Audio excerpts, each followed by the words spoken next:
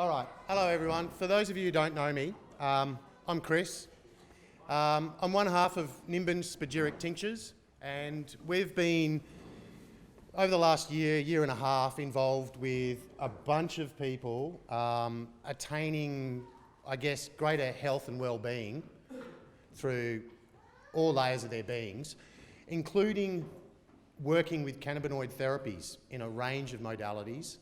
And it's some of that experience that brings me toward today's topic. And I'd like to talk about using cannabis and perceiving it as an adaptogenic herb and what that means in terms of how we prepare it and then how we dispense it. And I've never met Dr. Cannabi's before. He had an amazing chat, and it's interesting because a lot of what he discussed this morning I actually intend to talk about as well. I'm not coming from a professional medical background. I'm coming from an esoteric healing background and more of your alternative hippie perspective. So we're going to dovetail on a lot of the information, but I think it'll merely seek to reinforce rather than sort of reiterate it. Yeah. Anyway, we'll have a chat and then we'll do some questions.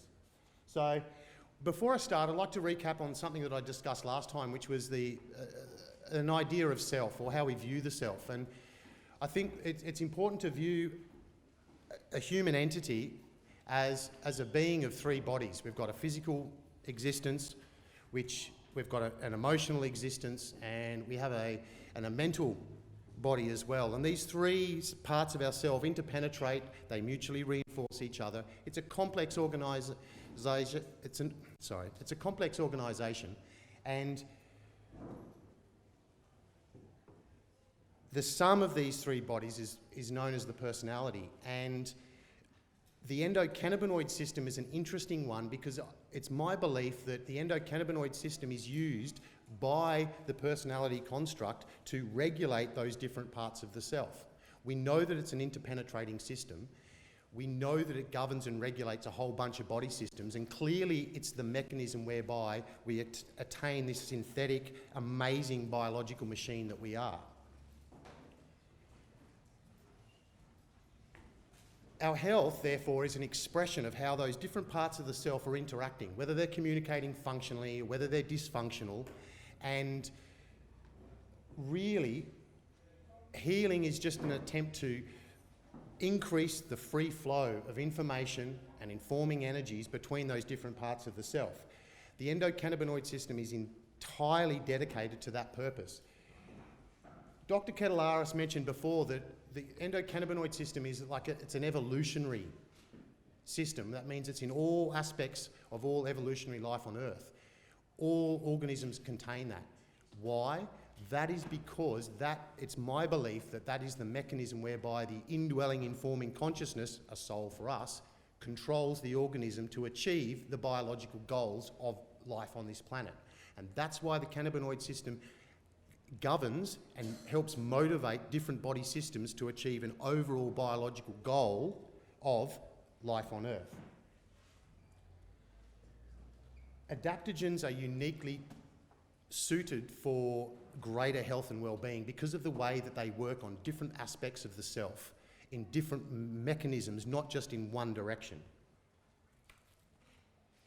So what is an adaptogen? I guess an adaptogen is a special class of herbs that is represented particularly from traditional Chinese medicine and Ayurvedic medicine and indigenous medicine and healing approaches that enables the organism to adapt to stress, hence the name. It's an adaptogen. They should normalise metabolic function. They should restore balance. That's the homeostasis we were referring to before with Dr. Cannabi's. And they should increase your resistance to disease and other stressors. They're also known historically as being rejuvenating herbs, chi tonics, rasayanas, restoratives, different labels depending on the culture from which they've come from. Well-known examples are the ginsengs, astragalus, sacred basil, licorice root, maca root. As I mentioned before, most of them come from the traditional Chinese medicine and Ayurvedic perspective. Both of those are natural plant medicine medical systems with thousands of years of knowledge behind them. So that's where most of your adaptogenic knowledge comes from. Western herbalism and Western treatments only really started to look at adaptogens in the late 40s, and it was basically spearheaded by the Soviets, who were looking to peak athlete performance, their civil service, their soldiers. They really got into this peak performance. That's when they did all that, the PSI research, and they looked at the Eastern knowledge and went, okay, let's look at these compounds, let's look at what they're doing, and let's try and understand how they work. So originally, in the late 40s, an adaptogen was defined as countering these adverse stressors. Plants are designed for this, obviously, because plants as a kingdom are embedded in an environment, have very little mobility, such as animals, and are subject to incredible environmental stresses depending on their elevation, climatic location, and so on. So, of course, the plant kingdom has had to design a phytochemical system that they exist in that enable them to deal with the stressors. Now, when the animals and humans come along and ingest the plant, we take the phytochemicals in, and then we can use those compounds to deal with our own stresses, whether they're physical or biological or environmental. By 1968, the definition of adaptogens in a Western context had been sort of formalised, and it basically has three components. The first thing is that an adaptogen must be non-toxic. The second thing is that an adaptogen must produce a non-specific response in the organism. It increases generally the power against resistance, and it should do this without depleting cellular energy. You can't, like a stimulant, rob energies and steal and drain and deplete an organ. It's got to generally uplift and enliven, support and enhance for greater function. And the third factor for an adaptogen to be such is that it has to have a normalising effect on systems, and it has to work bidirectionally. This means that it doesn't just activate or deactivate, it will intelligently move in either or both directions simultaneously. And an example of this is with the ginseng. Now, ginseng has compounds like ginsenosides in it, and an example of that is there's RG1 and RG2. Now, RG1 in ginseng will activate your nervous system, but RG2 will suppress it. And your body will ingest from the ginseng whole plant, and it will use and apply either one of those according to how the whole system of the body's working.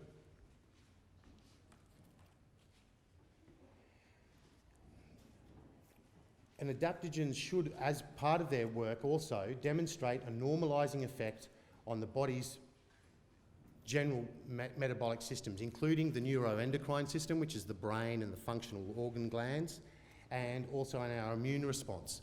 Now, this was coming, remember, from the 60s, which was before the endocannabinoid system had even been discovered. And I would argue that a further action of an adaptogen would be to be working through the endocannabinoid system, which, thanks to Dr. Catalaris's explanations before, we see is embedded throughout all of the body and involved in almost all metabolic processes.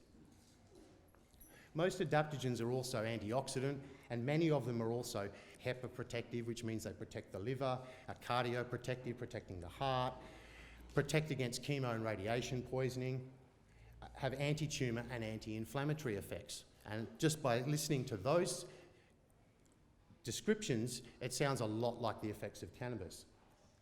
In conclusion, various active constituents found in herbal adaptogens work to stimulate neuroendocrine and immune systems via multiple metabolic pathways to regulate, normalise, and generally enhance functions. They do this using their entire complex range of compounds, what's known as an entourage effect, where it's not just one compound, one isolate working, it's actually working together in synergy with feedbacks and to mutually support and adjust each other. Now, having explored that concept, I'd like to suggest that we consider cannabis to be an adaptogenic herb, and to then understand what that means in preparation and administration.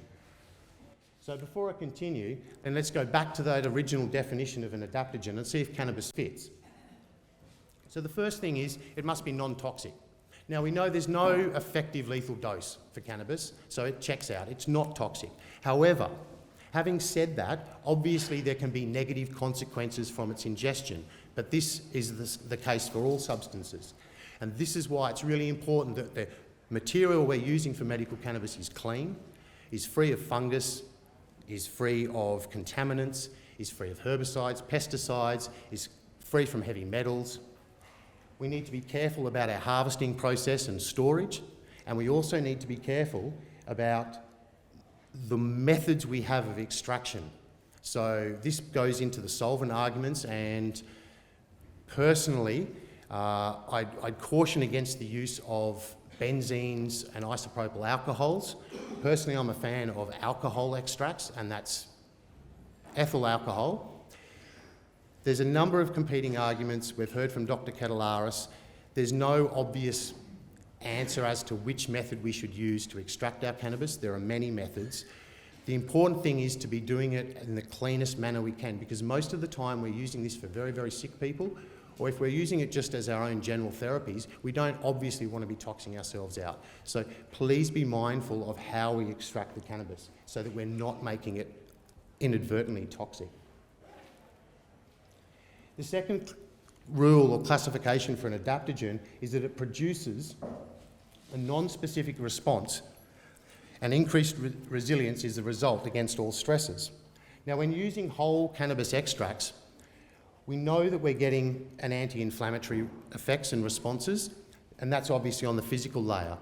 We know that we're getting anti-anxiety effects, and we're getting a relaxing of the limbic system, particularly in the amygdala, which is the area of the brain that processes fear and so on. That's that relaxed, let's not get stressed out effect that we clearly see is activating through our emotional centre. We also have anti-anxieties that tend to chill down the mental perspective, although obviously high THC doses are going to activate the mental body. Also, I think what's really important is that the effects of cannabis on the spiritual body, which also shouldn't be discounted, and part of our full whole person alignment is facilitated with whole cannabis extracts. The third categorisation for adaptogens, or the third criteria, is it should have a normalising effect on physiology, and that should be bidirectional. And I think we get this because we've had previous discussions on how, for instance, CBD down-regulates or mitigates the intoxicating effects of THC. We'll also find stuff like CBG, cannabidiol, which is a precursor for CBD and THC, will have analgesic effects, anti-anxiety effects. Different compounds, whether they're the cannabidiols or whether they're terpenoids, will have cross-correlating effects. And so this is demonstrating adaptogenic concepts. However, obviously, this is important why we can't be relying on isolates and extractions, and why it has to be a whole plant process, because otherwise we're going to be leaving out terpenoids, cannabinoids, and we're not going to get the whole package.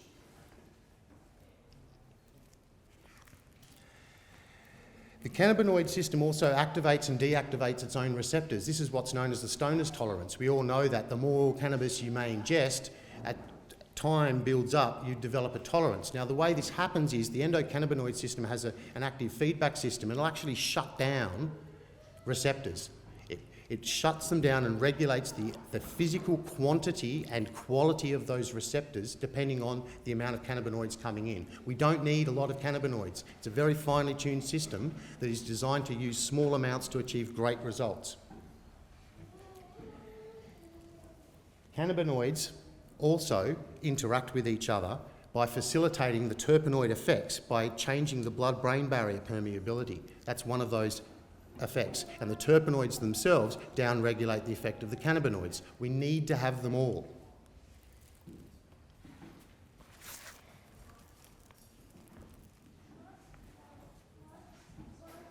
So it would appear that all three criteria are fulfilled by cannabis for it to be an adaptogen.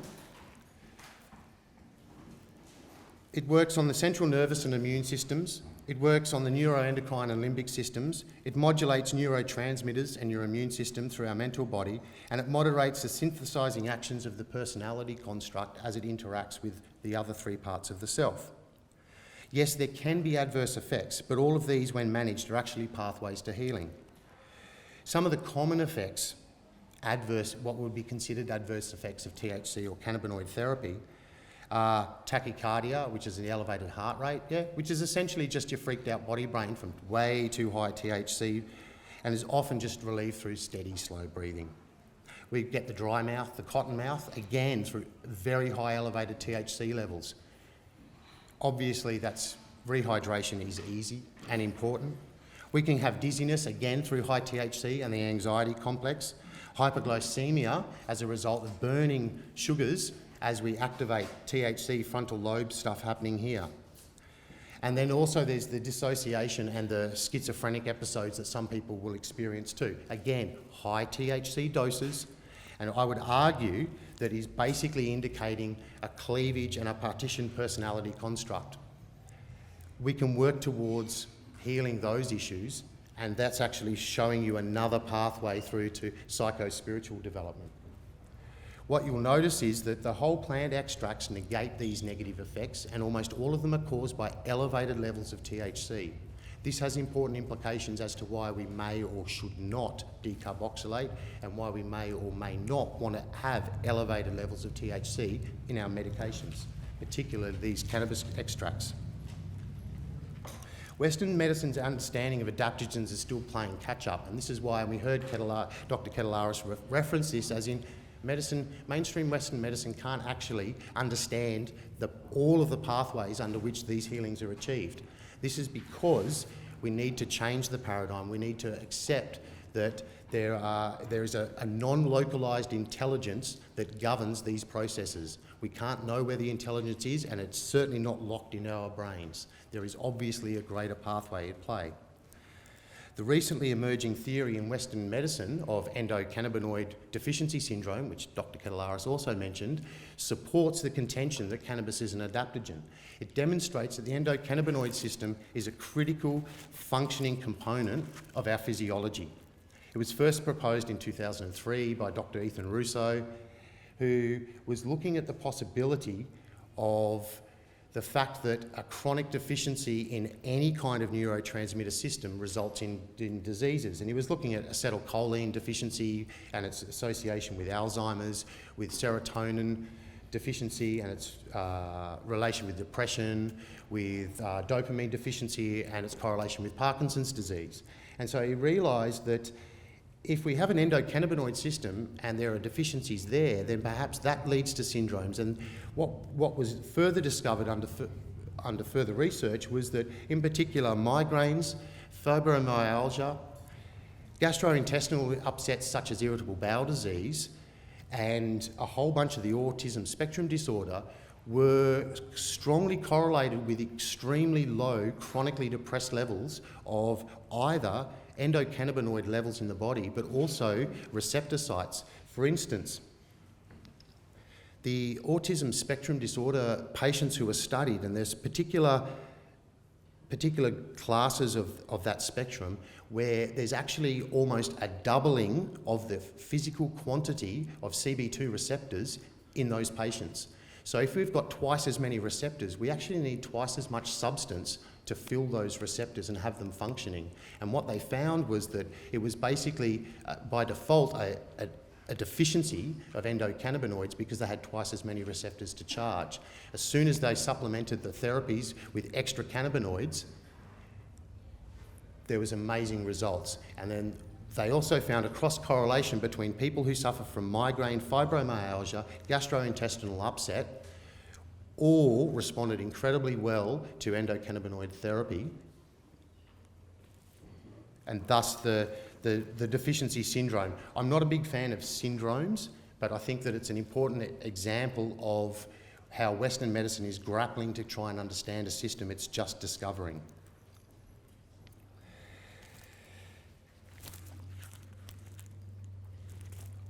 What was also discovered was that what was known as the lipid profile that Dr. Kettelaris is referring to as well is in terms of our omega-3 levels were chronically suppressed in all the people who were suffering from these conditions. And again, omega-3 therapy has proven to be extremely effective in reversing and helping to heal some of these chronic conditions. This is one of the reasons why Nimbin spagyric tinctures recommends the ingestion of both cannabinoids and hemp seed oil. I'm actually a fan of the hemp seed oil, despite Dr. Kettelaris's views on it, to enable a high level of omega dosing to enable the endocannabinoid system to do what it really wants to do. And I'll actually suggest that those two things should be ingested together. And I'd recommend tincture into the oil, into the mouth, for those reasons. I'm not going to go over all the clinical deficiency stuff because Dr. Ketelaris, I think, really did that quite well. But the omega-3 in particular is a really important cofactor nutrient and one that just definitely needs to be supplied in the diet. So if there is an embedded cannabinoid system and it is responsible for multiple physiological functions and clinical deficiencies, seem possible, and the cannabinoids have the capacity to bidirectionally regulate these processes, surely this confirms cannabis's capacity to be used as an adaptogen. So then what implication does this have for the preparation and dispensing of medical marijuana? Well, I think the first thing it means is that the complex actions on the cannabinoid system via the entourage effect need to be recognised for what they are, so that we need to put a whole plant extract in. And by that I mean roots, stem, leaf, and flower inflorescences. Now, one of the reasons for the inclusion of the root compounds in particular is that CBG, cannabigerol, which is a precursor for THC and CBD in the plant itself, it exists in very large quantities in the roots and migrates up the plant structure to then precipitate into all the cannabidiols and the terpenoids that need to be created. I find it interesting that the analysis that's been referenced before to cannabis samples shows that no Australian cannabis contains CBD. I'm starting to think that plants don't actually, although I haven't done all the research, that the cannabis plant itself probably almost never produces CBD. And I suspect that we generate CBD in our body through the endocannabinoid system, and we actually use the CBG ourselves to do that. Plant extracts, for anyone who's made cannabis extracts, I'll challenge you to put some root compounds in, and by that I mean root structures of the cannabis plant, and taste the difference in the extracts. They are qualitatively and quantitatively different. They taste different and they act differently. And I think that CBG is the key, but that's more research required, and I'd love to have some more analysis done through perhaps a university if we can get there.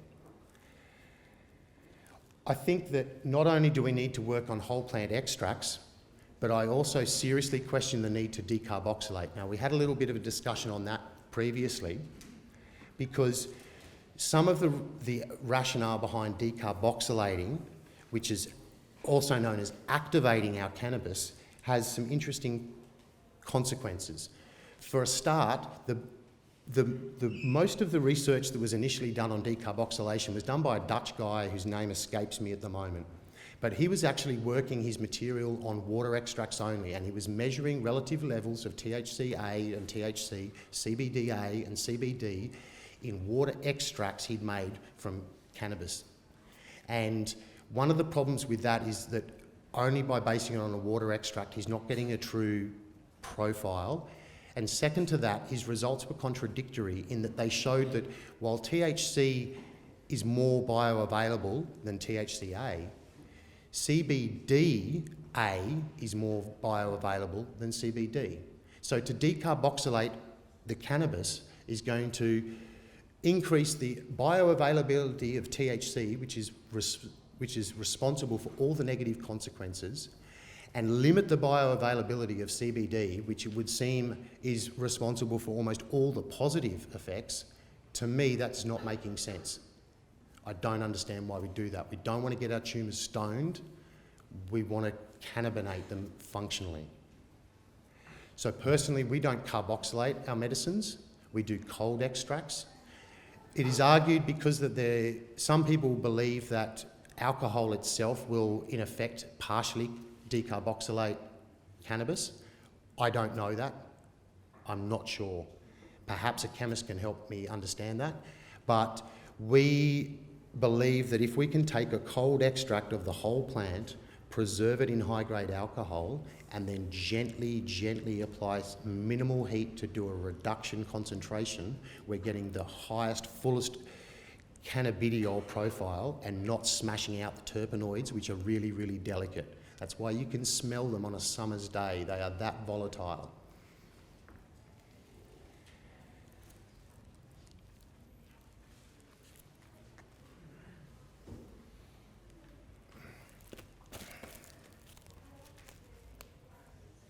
For the full complement of cannabinoids, we need the whole plant extracts, as I've said. I'm not going to go over the CBD arguments and the terpenoids and what they are and what they do. Suffice it to say that it's just guesswork at this point. As Dr. Kettelaris says, nobody really knows which ones do which, but what we do know is that we have personal preferences. Everybody needs to experience their own cannabis therapy to understand exactly which part of the plant's working for them and exactly which preparations they want. We don't just do an alcohol extract. It's possible to do glycerin extracts, which are a different method of extraction, which make a whole bunch, because of the processes are different, makes a different range of cannabinoids available in a different proportion to any kind of heat extraction or alcohol extraction, and different again to any kind of butane or other solvent extraction. The preparation of whole plant extracts and the understanding of the endocannabinoid system also helps to explain, as was mentioned in that question that was asked before for Dr. Kettelaris about an amount or a quantity of cannabis that should be taken, or cannabidiols that should be taken to achieve a goal, a healing or a result. And there is no finite amount, is the short answer. I get a lot of people saying, how many milligrams do I need to take for over how many days to achieve this goal? And the answer is it depends, because we are all different, unique beings. As Dr. Kettelaris said, you need to find your dose. There is no set dose, not even for a condition and definitely not for a person. We always use the expression to find your dose, and you start low and you just gradually increase on a daily basis in very small amounts to achieve that satisfied position, that healthy well-being that Dr. Kettelaris referred to, without overdosing. And overdosing has a heaviness to it, or a slight, almost a fogging, but not quite a fogging, is how most people describe it. That demonstrates, and I have people that will use as little as a single drop, and I have people who use as much as a whole dropper full of cannabis in a single dose, depending on who they are and what they're trying to achieve and what they're trying to treat. And that amount that never remains constant, even across a single individual. Over time, the cannabinoid system regulates, and you'll need to increase or decrease accordingly. But the short answer is that everybody could benefit from cannabinoid therapy, but everybody needs to find their dose. We need to move away from a mechanistic model where it's the one size fits all, it's the magic bullet, and if I do that, then that will be fine, because that's not how life works, really, as we're seeing. The other implication is that it's important to focus on diet and lifestyle. Again, we touched on this earlier with Dr. Kettelaris. It's not just about a magic bullet. If I take medical marijuana, my cancer will be gone, or my autism will be suppressed, or I won't seizure anymore, game over, life's wonderful. No, that's not how it is, and we need to profoundly change lifestyles, habits, diets, outlooks, both mental and spiritual. It's a whole being transition, and that requires ongoing interaction and support, which is why also I'm not a fan of anonymous and random dispensations. When people are undergoing cannabis therapy for whatever purpose, they should be having the support that they require to functionally affect the changes that they need across all parts of their self. And that's also an important part of an emerging medical marijuana paradigm and understanding. This is not just about putting a substance in your body and walking away thinking you're fixed. It's not like that. I'd also like to point out that the important role of industrial hemp, as evidenced by the fact that we don't need a high THC strain. You don't need to go and get 22% THC super skanky buds to heal yourself. You don't. Under the current legal framework, which we know is extremely restrictive here in Australia, you cannot get a licence to grow cannabis for medical marijuana. You can get a licence to grow industrial hemp, and you are allowed to extract from those hemp products that you're allowed to grow. You can make extracts. It gets a little bit tricky in terms of making those extracts available then, particularly off-site, but on-site you are actually allowed to do this. And the beauty of this is that some of the low THC industrial hemp strains have very high terpenoid levels, very high cannabidiol levels other than THC. Obviously they have to generally be under 1% for approval and so on. We've done some initial trial work on some industrial hemp extracts which show great promise. They've got some very powerful analgesic effects. I've run some informal trials through some of my discrete patients and have had some subjective feedback to demonstrate that they are just as effective, if not more effective, than some of the full spectrum cannabis extracts that we've done. And again, this is another area of research I'd like to move into, because it's going to be the easiest pathway for us to get a functional medical cannabis movement going without changing that regulatory framework and declassifying it as a class drug and all of that. So I'd strongly encourage people to support and develop and go for gold with the industrial hemp. And if we can selectively, not all the strains of industrial hemp are appropriate for medicine making, and you need to grow your industrial hemp differently for different purposes in a slightly different way than you would just say for fibre or for seed. There is a slight difference. Some of it's about the strains and some of it is about the processing of the plant and the growing. It's something that I'd like to work more on, and we'll keep you posted on that one.